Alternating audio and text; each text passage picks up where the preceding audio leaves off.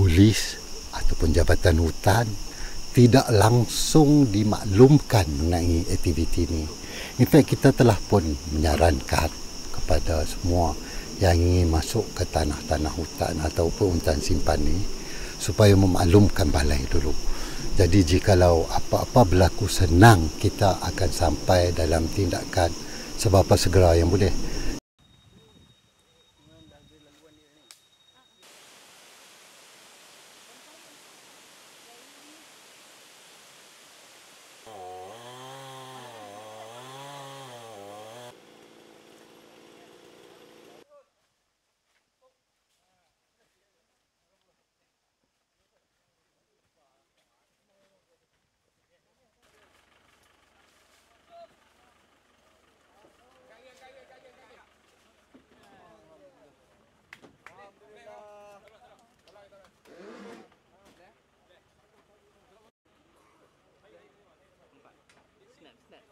Bukan visual, snap.